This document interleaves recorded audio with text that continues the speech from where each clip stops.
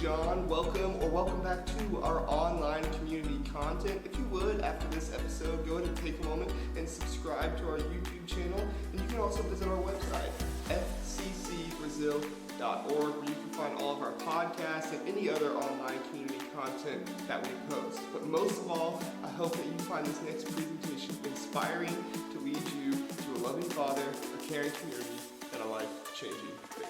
Enjoy. We're glad you're here. I'm going to take off on what Chris has been talking about. I'm in.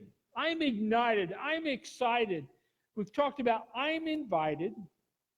Last week, we talked about how we're important, how each one of us are important cog in the work of God's church, how we're important to what happens here and what happens in God's kingdom. So today, I want to jump off a little bit more than that and think, I'm an influencer. Now, if I were to ask you, do you consider yourself an influencer?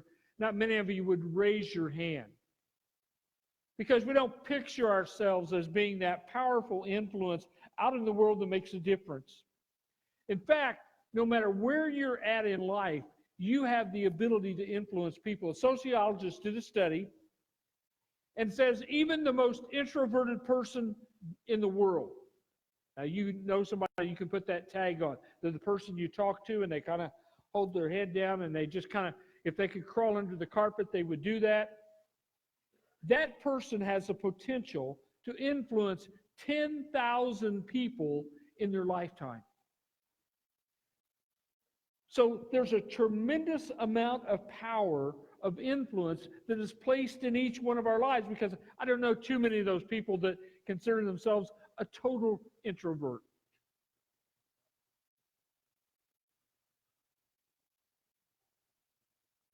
We look at life, and life's all about people and the ability to influence them. It says you're influential. You have a great influence on someone or something.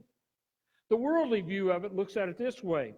An influencer is an individual who has the power to affect purchase decisions of others because of their authority, knowledge, and relationship with their audience. The world looks at influencing someone as, how can I get you to pull out your wallet and get you to spend your nickel? That's how the world looks at influence. They've literally hijacked the word influencer. You have people like George Soros, the billionaire who's out trying to mold the political world into his world system, who keeps funneling money to causes that cause a lot of disruption in the world.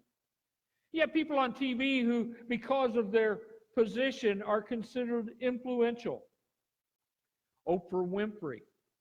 She's been listed several times as one of the most influential women in America. You know, she talks as an authority on marriage, but she's never been married. She talks as an authority on parenting, but she's never had kids. She talks as an authority for Weight Watchers, but they never show her from the waist down. And people think she speaks as an authority. Real influencers aren't interested in selling you something or a philosophy. They're interested in you as a person. You know who they are in your life.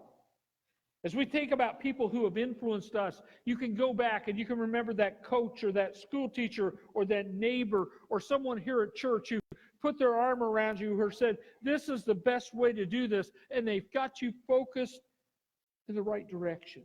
And they made a positive influence on your life. You know, those of us who are Christians, we have people that we listen to that kind of mold our thinking. You know, you got Max Lucado's and folks like that we kind of pick up on, and we kind of plug into their view of Christianity, and it kind of gives us some direction. But you know, it's time today that God's people, you and I, reclaim the word influencer.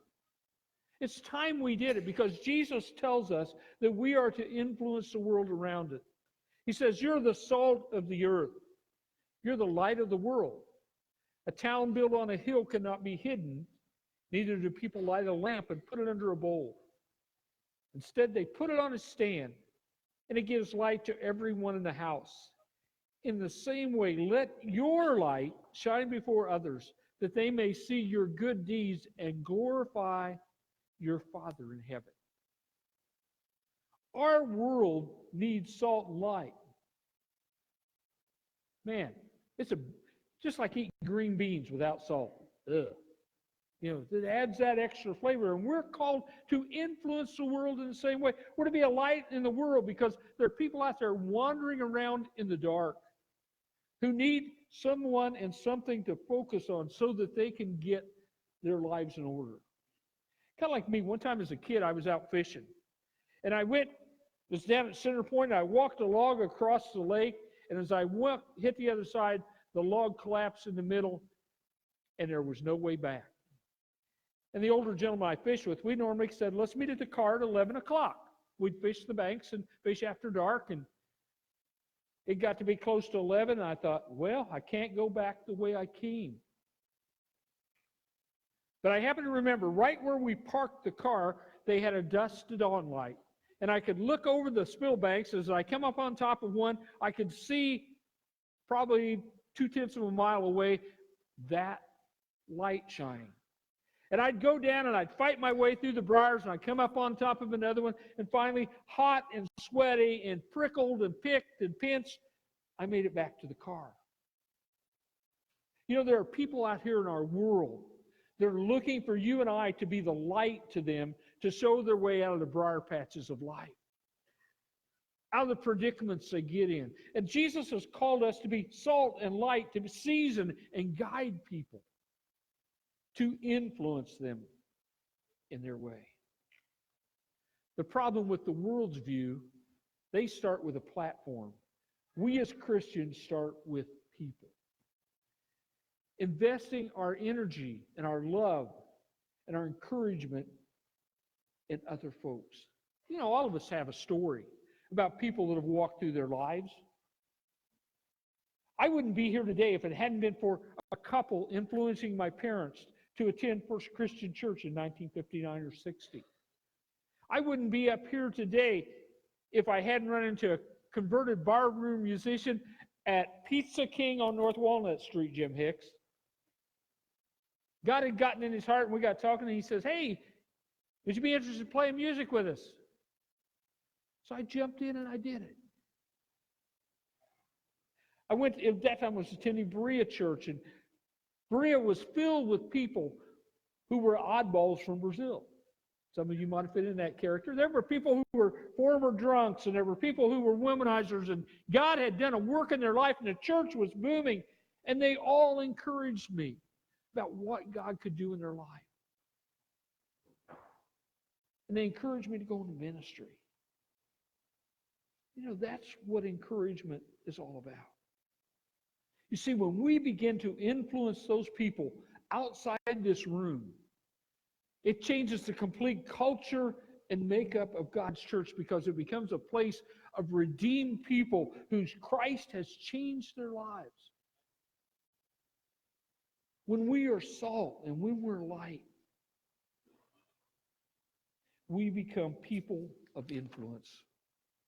You say, how do we do that?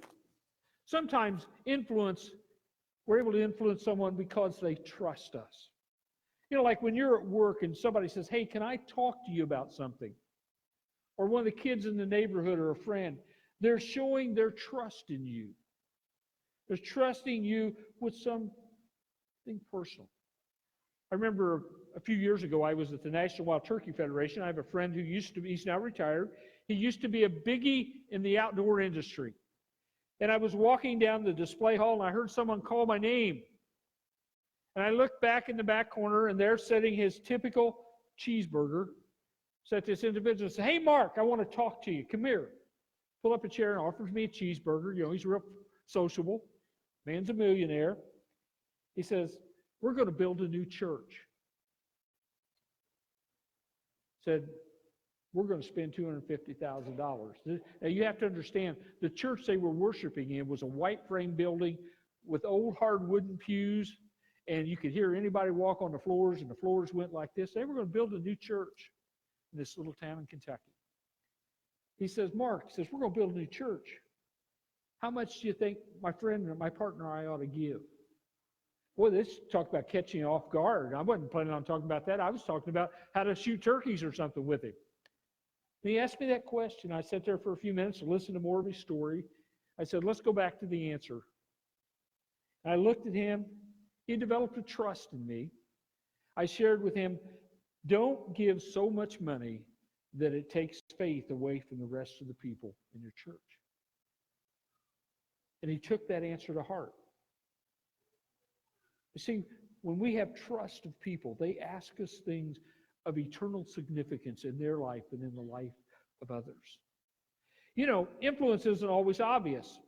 You probably think, oh, I never influence anybody. And, you know, I know as a pastor, I get a chance to be on the podium and talk to people. But a couple years ago, someone says, hey, you need to catch this PBS show out of Fort Wayne.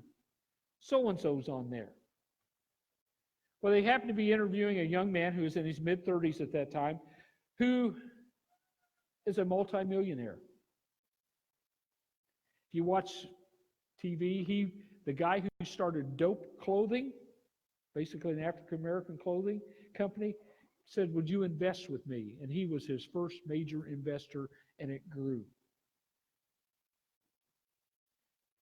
And so we're listening to this young man tell his story about his life, and he says, finally comes down and he says, who influenced you? And he began to talk about his grandma and grandpa, and they were great people. His parents are great people. And he says, but my pastor, Mark. And I thought, what's he doing naming me? All I did was treat him good and hunt and fish with his grandpa and his dad and him. But he listed that there. I didn't even think about being an influencer with him. And there's people that walk into our lives that we don't even think about influencing them, but our presence and our attitude and our actions have a tremendous impact on their life. Some people that you influence, you never see the harvest. One of the neatest things that happened a few years ago, in 2002, I had Phil Robertson, you know, Duck Dynasty Phil. Phil came to speak at my church. And it was great. We had a bunch of guys in the 18 to 30-year-old group come. A bunch of young guys that were into duck hunting. They just had a ball that day. About 5 years ago, which would have been 15 years after Phil had been there or more, I'm walking down the hall at Regional Hospital, and I hear somebody say, hey, Mark Grayless. And I don't see him, and I look, and a nose piece around the corner. Hey, Mark Grayless. And I saw a young man there, and he walked up to me, and we stood and talked. He says, you don't recognize me, do you? He said, I used to work at the Wilderness Shop in Terre Haute. And I looked, and I said, yeah, he's matured into a fine young man. He said, I just want to tell you something. He says, I came in 2002 to hear Phil Robertson speak at your church. I came to hear somebody talk about duck hunting. But he shared his testimony that day about what Christ had done in his life. And it took a few years to soak in, but he says, my wife and I attend church. Our kids attend church. We have a relationship with Jesus Christ. And it takes time sometimes for those investments to pay off. So when you invest in someone, you don't see that instantaneous response. Don't give up on it, because you may have had an influence in their life that truly makes a difference. You have no idea how a word of encouragement, one conversation, can make a difference in someone's life. Today, we're going to talk about one of those conversations. We're going to go to John chapter 4, that woman at the well, the Samaritan woman. It's probably one of the least likely influencers that you would pick in your community. It's one we think, let alone people in her community. She was that lady, you know, that the women whispered about and the men laughed about. But she became a tremendous influence in her community through faith in God. You see, Jesus was going through Samaria. You have Jerusalem down here in Judea. You have Samaria stacked on top of it. Jesus is going home to Galilee up here. And any good Jew that was going to Galilee would cross and go all the way around, take the long way around, rather than go through Samaria. Those people were half-breeds. They had intermarried with the pagans and were considered lower than dogs on the spiritual ladder. So it's kind of like us. If you want to go to the beef house, the easiest way to get there is to go right across 40 and hop on 63 and go right up 63 to the beef house up by Covington. Would be like, I want to go to the beef house, so I'm going to go over, I'm going to go to Brazil, I'm going to go north all the way to Rockville, then I'm going to go all the way to Rockville to Attica, then I'm going to go over and hit the beef house because I don't want to drive through Vermilion County, Indiana. That's where those people live. But Jesus didn't pay any attention to that. He took the straight way right through this dishonored land and this dishonored people. And he sat down by a well in the middle of the day, and a Samaritan woman came to draw water. Jesus said, "Please give me a drink." The woman was surprised, for the Jews refused to have anything to do with Samaritans. She said to Jesus, "You are a Jew and I'm a Samaritan woman. Why are you asking me for a drink?" Jesus replied, "If you only knew the gift God has for you and who you are speaking to, you would ask me and I would give you living water." She goes on to say, "I don't even have a bucket and the well's deep. How am I going to get you a drink?" And Jesus says to her, "Anyone who drinks of this water will soon become thirsty again. But those who drink the water I give will never be thirsty again." Wow. And she says, "I want that living water." Because every day she had to come to the well and get water.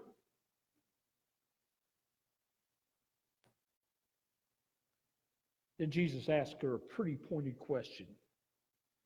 "Go and get your husband," Jesus told her. "I don't have a husband." The woman replied, Jesus said, "You're right. You don't have a husband. And for you, you've had 5 husbands, and you aren't even married to the man you're living with now. You certainly spoke the truth." "Sir," the woman said, "you must be a prophet." Here was this woman, even in the days of Hollywood movies, stars, would be considered a failure. 5 times she'd been married. 5 times. And she was living with a guy that she wasn't married to at that moment. But she was not just that immoral woman. She was a miracle waiting to happen. She was thirsty. Her life had been used and abused, and she was craving hope and attention. She was emotionally and spiritually bankrupt. If it was wrong, she had done it and continued to do it. Probably explains why she didn't come out in the morning like most women to draw water. She didn't want to put up with all the finger pointing and the whispers. She didn't want to draw any attention to herself and her immoral lifestyle.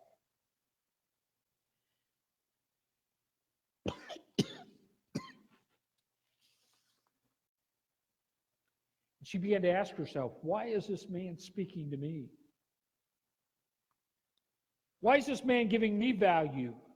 Why is this man giving me hope? And she realized this man must be a prophet.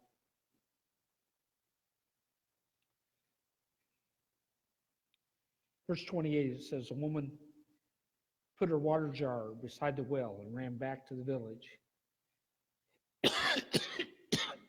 telling everyone, come see a man who told me everything I ever did. Could he be the Messiah? So people came streaming from the village to see him. Here was this messed up, hurting, bad reputation. And I know here in Brazil, this is a little town. You can remember those people with the bad reputation. And she comes back with a story of hope and encouragement.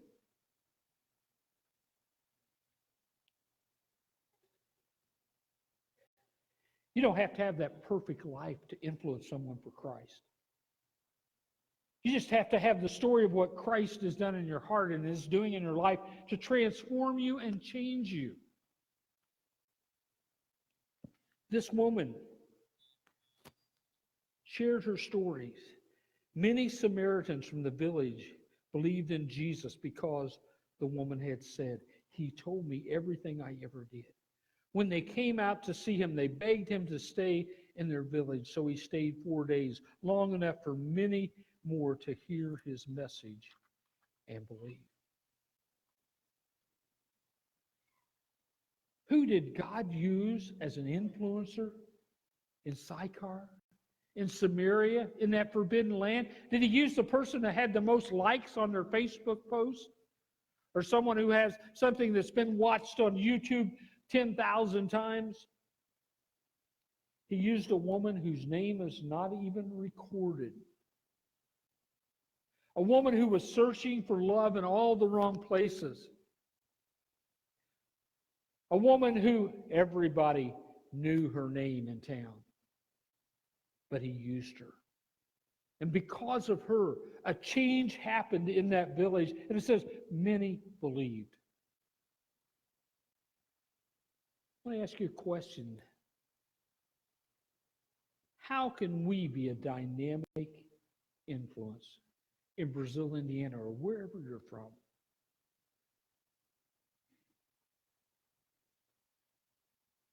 How can we do that? How can you and I be an influencer that makes a difference in our church, makes a difference in our workplace, makes a difference in our friends, makes a difference in our world? First thing you need to do is see a person, not a project. It's so easy for us to look at all the negative things that are happening in someone's life and focus on that. But when we begin to look below the surface, we see ways that we can even encourage the most discouraged person who has continually made poor choices throughout their life. And that person becomes someone who trusts us, someone who gives us their heart and gives us an opportunity to share Christ with. Second thing I want to encourage you to do is leverage your opportunities. Leverage your opportunities. What does that mean? Being an influencer. God did not put you where you work or where you live or where you play basketball or where you attend school without a purpose in mind. He put you there to be the salt and the light of the earth, to be that influencer.